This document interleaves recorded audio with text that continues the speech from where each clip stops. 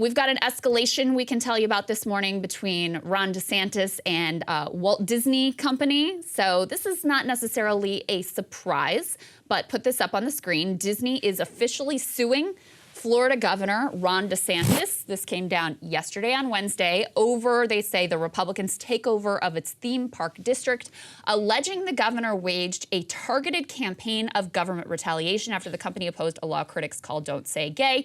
That lawsuit was filed in Tallahassee minutes after a Disney World Oversight Board appointed by DeSantis voted to void a deal that gave the company authority over design and construction decisions in its sprawling properties near Orlando. Here's the quote from the company. They say, Disney regrets that it has come to this, but having exhausted efforts to seek a resolution, the company is left with no choice but to file this lawsuit to protect its cast members, guests, and local development partners from a relentless campaign to weaponize government power against Disney in retaliation for expressing a political viewpoint unpopular with certain state officials. Just a brief reminder of how we got to this point. Disney has a sizable LGBTQ fan base or customer base. They also have positioned themselves as being sort of allies. So when this quote unquote Don't Say Gay bill passes in Florida, they were under a lot of pressure to say something. They put out this, sort of late and not all that strong statement about it, but in opposition to it. DeSantis takes it as an opportunity to stand up to the woke corporation. And what they take aim at in particular is this Reedy Creek Improvement District, which is a crazy, it is a crazy On its thing. merits, this is nuts. So since the 60s, Disney has effective control. Like, they run their own town. They tax themselves. They can issue bonds. They can build a nuclear power plant, apparently. They just have control of this whole thing. Now, this has been beneficial in certain ways for the state because Disney's obviously brings in lots of tourist dollars and generates lots of economic activity. They employ tens of thousands of people in Florida, so that's been the partnership. And it's very clear that DeSantis decided to retaliate. I mean, I don't think anyone can look at the situation and come away with any other idea than he decided to retaliate against them because he didn't like the political perspective that they were offering. Disney pulled kind of a fast one on DeSantis, though, and it left him looking a bit foolish because at the very end, before they put the DeSantis appointees on this Reedy Creek Improvement Board, the Disney favorable board passes this development deal, effectively taking control away from the board and handing it back to Disney. So now DeSantis has been maneuvering with his appointees to try to undo that and unravel that, et cetera. And now we're at loggerheads with this lawsuit. The other piece of this from a political perspective, I've got some polling on this that shows it's a little bit muddy how this is all going to work out for him, is after Disney was able to pull a fast one on him and get the upper hand, a lot of his Republican adversaries came out, including Nikki Haley, but including, most importantly, Trump, who said he's getting killed by Disney and this is all a PR stunt. And he really planted his flag very aggressively in opposition to what DeSantis is doing here, and also just trying to paint DeSantis as like weak and foolish that he got played in this way. So DeSantis has been scrambling to figure out what to do. And just as a reminder, he had a kind of weird press conference where he was floating like, oh, well, maybe in response, I'm going to build my own theme park, or maybe I'm going to put a prison next door to Walt Disney. Take a listen to what he had to say. Maybe have maybe create a state park, maybe try to do more amusement parks. Someone even said, maybe you need another state prison. Who knows? I mean, I just think that the possibilities are endless. And so that is now going to be analyzed to see what would make the most sense. So let me just say, Saagar, on the legal merits, I genuinely have no idea. It's very complex, You're not Florida property law experts. No. So I have no idea how this will be resolved legally. I will say, from my general knowledge of the American legal system, gigantic corporations who can hire, spend billions of dollars on attorneys if they want to, they often have an upper hand in these disputes, and Disney clearly sees this as close to existential, very, very important to them. So that's all I can really say about it. Here's the issue for DeSantis. You said you were going to pick a fight with Disney. So now if you lose, you look weak. And if you come at the king, you best not miss. And Disney, that's it. They run that state. It's like, look, at least when the Georgia legislature went after Coca-Cola, they actually won, or with MLB.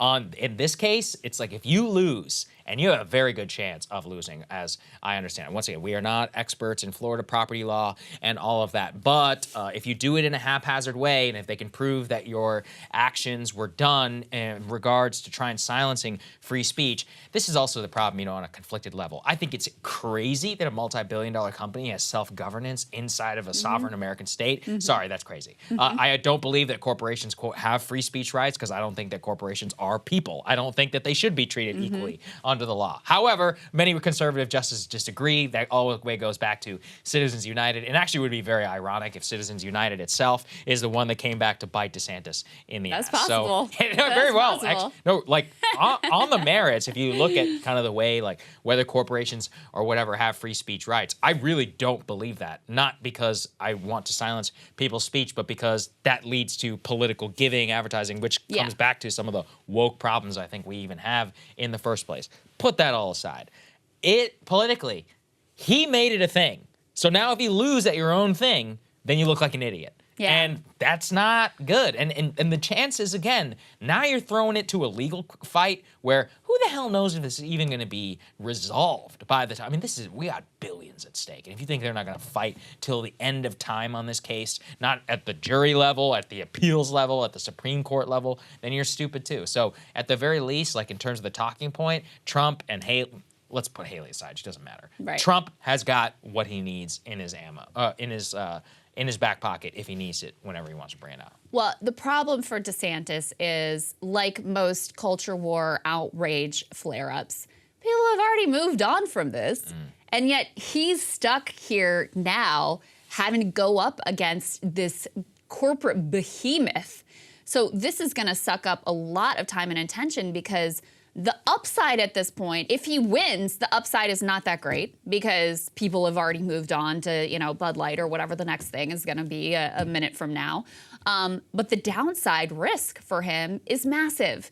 And Trump clearly already smells blood in the water and is going for the jugular. And if he does lose against Disney, or even appears like he's losing against Disney, Trump is never going to let you hear the end of it. On the polling of how people feel about it, already it's kind of mixed. Put this up on the screen. Only 44% of Republicans say that they have a more favorable view of DeSantis because of the fight with Disney. So it's not like this was a clear, gigantic winner for him. 73% of respondents say they are less likely to support a political candidate who backs laws designed to punish a company for its political or cultural stances. That includes 63% of Republicans who sort of don't like the concept of it. And they polled specifically, they tried to give DeSantis's argument for this versus the free speech argument against DeSantis. They say DeSantis has argued his actions against Disney were rightfully rolling back special treatment for the company. Some 64% of Republicans agreed, with 37%, though, siding with the vast majority of Democrats and also majority of independents who say DeSantis was punishing Disney for exercising free speech. So, yeah, a majority of Republicans are kind of siding with him. But you got a sizable minority, 37%, who are not. And I have to think if Trump really digs in on this issue, that number is only going to shift more to the other side. I'm not really sure the merits matter at all, to be honest. I just think it all comes down to optics. You pick a fight, you lose, you just look like an idiot. It's very it's like, you made this a thing, dude. The Bud Light thing is instructive. No governor was like, oh, we're going to punish Bud Light. A bunch of conservatives were like, we're not going to buy Bud Light. And then Bud Light fires a bunch of its executives, and apparently their sales are down by 17%. Now, in general, I don't know if boycotts work or not, but, people who are anti-Bud Light can claim victory because they did win, and they didn't actually have to really do anything except talk about it. So all he really would have had to do in the Disney case is be like, well, we're not going to stand by Disney, and then DeSantis doesn't go to some Disney event. You probably would have the same political level of upside that actually winning on this Reedy Creek fight would have had in the first place without any of the downside politically. Anyway, an interesting concept. There's one more thing I want to point out here, and I'm going to pull up some numbers that I was looking at that same Fox News poll that we showed you the Democratic primary numbers on. They tested the Republican primary numbers, and Donald Trump was winning by a significant amount.